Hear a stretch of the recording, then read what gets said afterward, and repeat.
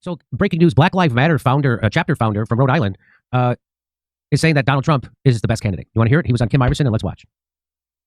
Everybody else sucks.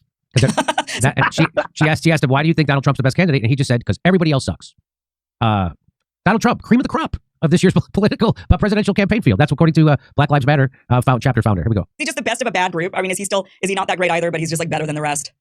Well, I like Trump, personally. And I think right now who we have sitting in the Oval Office is just a deep disappointment. I deeply have disdain for him. And I really dislike the vice president as well.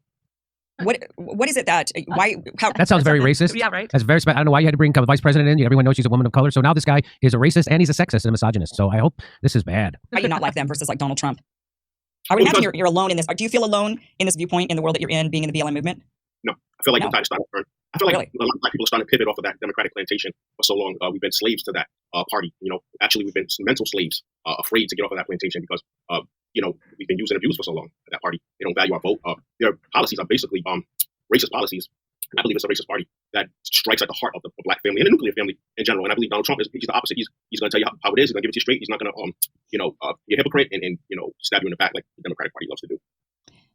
There's definitely, that has kind of been one of the big complaints, I think, in some of the Black community. We're starting to see that tide shift, as you mentioned, where people are starting to say, well, what have you done for me? Right? Like you keep saying, we have to vote for you. We have to vote for you. It's an existential crisis if we don't vote Democrat. But then what? Then what do we get? Just kind of use that. And in fact, even this coming election, Joe Biden, the very first primary that the Democrats plan to have is in South Carolina. They're going to do it there because that's the one he won. And they thought, well, Joe Biden does well with the Black vote. Why do you think he does better with the Black vote? This is where it gets kind of... Well, let me just remind people that as they call Donald Trump a white supremacist, and people believe that half the country is white supremacist, because that's what people believe. Well, they do, yeah. They do believe that.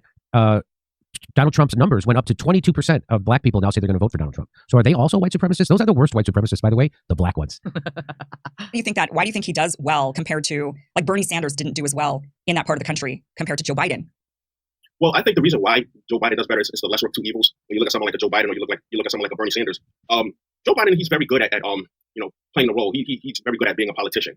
And I forget the gentleman from South Carolina that endorsed him that turned his whole fate around. And that was right? James Clyburn. Is that who it was? Yeah.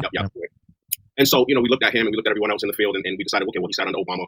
He plays ball, and that's our, that's our principles and that's our values. That's what we do. We go to the lesser of two evils and we felt like, okay, well, it was either that. And I believe at that time, we didn't know too much about Trump, but, we've learned a lot more about him since 2020 and since 2016.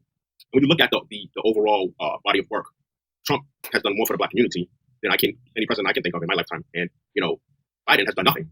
Like what exactly did Trump do? Well, I know what was that act that Trump did that released Black people from prison? Do you guys remember? First Step. They did the First Step Act. Joe Biden, on the other hand, did the crime bill, which is why Black and brown people are locked up at much higher rates than white people. Right. And he brags about the First Step Act, right? And that's why the reason why we needed Trump to do the First Step Act was because of Joe Biden. And I had to impress upon that on Cornel West when he came on my show, and he acted like he didn't know that either. Thank God I'm not as dumb as a Harvard professor. I will see you the day after Thanksgiving at Flappers Comedy Club in Burbank. Come see our stand-up comedy. Go to jimmydore.com. Well, he gave millions and millions of dollars to HBCUs. I forget the exact amount where before we had to come back every year to get renewed. Right. He extended it for every 10 years. He's like, why do you have to keep coming back to get money? And then he did the First Step where he allowed, it was a big hit on recidivism where Black people who were getting arrested would come out and they'd have the ability to not only come out early, but be able to get involved into the economics of the country and, the platinum plan. And there's a lot of things, that he did that goes under the radar. You look at the rappers, they all support him. And, it's the best kept. Yeah, you look at people like, Waka Flame just came out on the internet. You got Lil Wayne, you got Kodak Black, you got Ice Cube, you got Kanye. It's like, there's no big secret anymore. The media wants to run the raps. I did not know that. Were the two Jews aware that the Black rappers were supporting Donald Trump? Waka. I did hear about. I heard about Waka. That should be his VP. I'm all for it. I'd vote for Waka Flame. How do you not vote for Waka? Yeah, who could vote against that? Or Steph was introduced at Governor's in Levittown. Steph's ever. Yeah. Whereas Democrats, you don't feel like they've done anything for you or your community. No, I believe they've hurt our community. Hurt the community. Why do you think they're even? So yeah, that's worse than doing nothing. Why do you think? Right. In what ways? Well, Democrats introduced abortion. Democrats are for these, different, unnatural, policies that. Well, I would point to the crime bill and Joe Biden. That would be the first thing I would point to. I would point to Bill Clinton hollowing out the welfare rolls as he then exploded the prison population, gave us 100,000 more cops on the beat, and then he deregulated Wall Street, which who do you think that hurt when that crashed the economy, which was predicted to, and who do you think got hurt the worst? Black and brown people during that Wall Street crash that was engineered by Bill Clinton. Okay. Go against laws of nature, go against laws of procreation, and I'm not here to judge anybody or to hate on anybody. I'm just telling you what's beneficial and what's not for my community, and the Democratic Party is not. They go against capitalist ideas. We want to create wealth, we want to gain wealth, do something for our children. We have faith, we believe in God, we love God, very deeply faith in our community. And, family oriented principles of education, making money, all these things. Yeah. So when you tell people in your community and in the Black Lives Matter movement that you have now endorsed Trump, that he's your guy, what kind of reaction do you get? You can guess. I mean, are most of them really upset and say, how dare you? Or some of them like, hey, actually, I'm kind of considering it too. Most of them are not, because like I said, the media and the government, and they do a great job of keeping us divided. And that's my main talking point. That's my main goal and objective, is to overcome the narrative that the media creates by creating my own narrative. And I find that people are just as desperate as I am to improve race relations, to bring the races together. They just don't know how. And it's because the media, it goes against everything the media stands for. Their narrative, their bottom line is based and thrives on us being at each other's throats, us being at odds. If we don't do that, what do they have? Nothing. Wow. So let me bring in the two Jews. And what's your reaction? Sounds like a self-hating Jew to me. That's what that guy sounds like. Yeah. But no, I mean, what you said earlier while the video was playing, you talked about the hollowing out of economic institutions under Democratic rule. And then he talks, he wades into a lot of the social conservatism that is actually widely felt amongst African Americans. This is something that liberals find uncomfortable to talk about, but actually a minority of African Americans consider themselves liberals.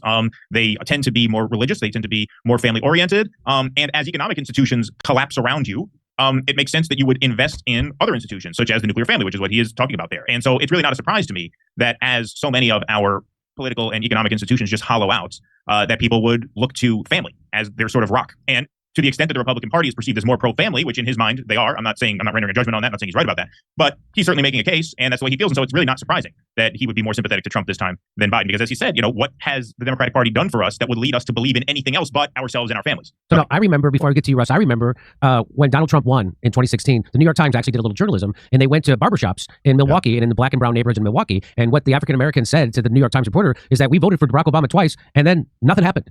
Nothing happened for us. And so none of those people they interviewed voted for Hillary Clinton. They voted for third-party people. A couple of them voted for themselves. They wrote in their own name. They weren't going to vote for Hillary Clinton because they remembered that they put everybody, their brothers and sisters, in jail. And then they voted for a black guy who was a Democrat who did absolutely nothing for him. Wouldn't even get him clean water in Flint, Michigan. So go ahead, Russ. Well, what you're seeing here is the same process that Thomas Frank described happened with the white working class with the Democrats. He talks about how when he wrote What's the Matter with Kansas, a lot of the Democratic establishment just denied that what he was describing was happening, that the Democrats were losing their working class base. Yes. The same thing is happening here. The polls have been telling you for a long time. I remember even back in 2016, there was a poll that surprised a lot of people that blacks under 30 already, about 50%, didn't identify with the Democratic Party. So if you were paying attention, this has been a long time coming. And once again, their reaction is the same as it was with the white working class. They're going to deny that it's happening. This is not happening. They've been denying it all these years. And now you're actually seeing it manifest. And there's very good reason for that. I would recommend Michelle Alexander's article. It's an oldie but a goodie. Why Hillary Clinton Doesn't Deserve the Black Vote. And it gets into blow by blow what the Democrats did to destroy that community. Bill Clinton announced his campaign for president at the birthplace of the KKK, at a prison located there, Stone Mountain, I believe it's called. There's a phalanx of black prisoners behind him. And just in case the iconography didn't sink in, he's posed with Cooter from Dukes of Hazzard, who was a congressman at the time. And I said, in the darkest days of the battles with the Hillbots in 2016, I would throw down the gauntlet, because there's a picture of that included with Alexander's article. And I would say, if you can give me a non-racist explanation for this picture, I'm a man of my word, I will vote for Hillary Clinton. Not one of them ever took me up on that. Well, I think Bill Clinton was just aping the campaign strategy of Ronald Reagan, who announced his campaign in, I believe, Philadelphia, Mississippi. And you're not going to out-race bait me. That's right. And I can't remember the significance of Philadelphia, Mississippi, but it had definitely to do with the KKK or white supremacy or something like that. It was definitely no. Reagan announced his candidacy at Bob Jones University, which did not allow interracial. That's it. Okay, thanks for correcting me. That's it. What, is that in Philadelphia, Mississippi? Why does that stand out to me? That Philadelphia, Mississippi. Anyway, but it does. Not sure. So there it is.